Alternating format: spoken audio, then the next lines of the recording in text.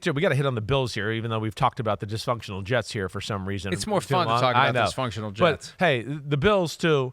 Josh Allen, what you saw yesterday, some of that. I mean, it wasn't special, but I think the other thing that just jumps out to me about them is just other guys making plays.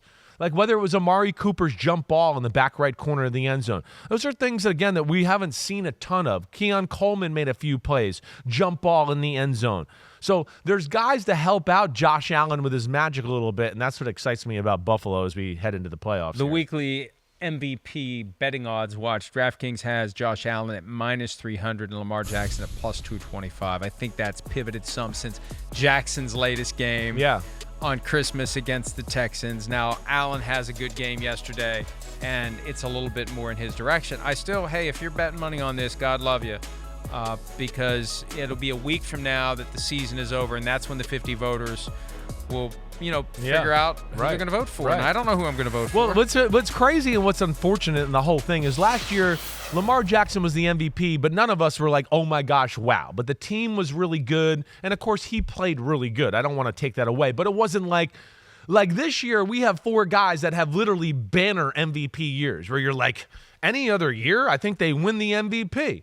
I mean, Allen, Lamar, Saquon, Joe Burrow, they're playing MVP football. They embody exactly what the 3 letters mean. Most valuable player. Those teams wouldn't be the same without those guys. Now, but this is where it's a great discussion. And I was at the forefront of going, why is Josh Allen just locked in here 4 weeks ago? I don't get that. Lamar's playing awesome. All of that. I think here's the difference and why I would give it to Josh Allen right now. And you've said this before, but the MVP a little bit, the statistics are favored by Lamar. I understand that, but not by a lot. And his record's not as good, Lamar, as Josh Allen's.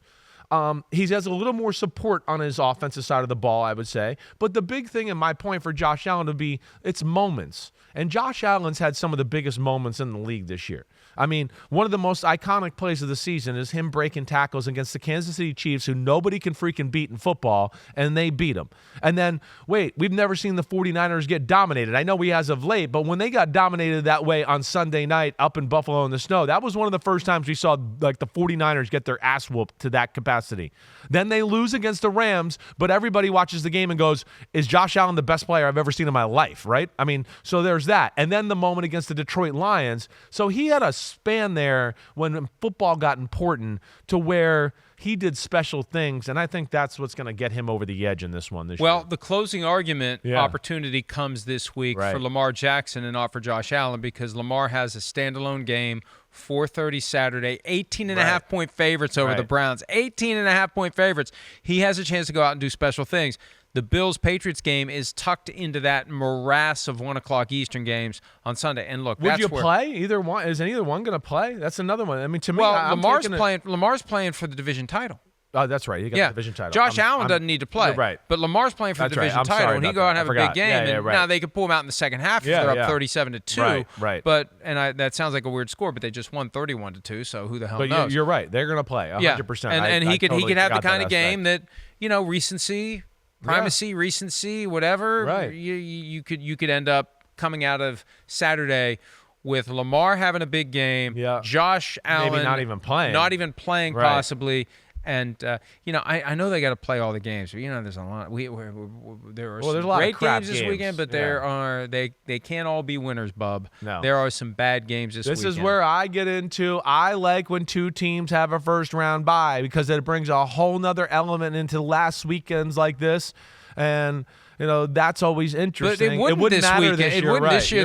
The only mystery remains who's the one. Who's the one? That's right. So I'm wrong again. I'm wrong twice in a row. Wrong again.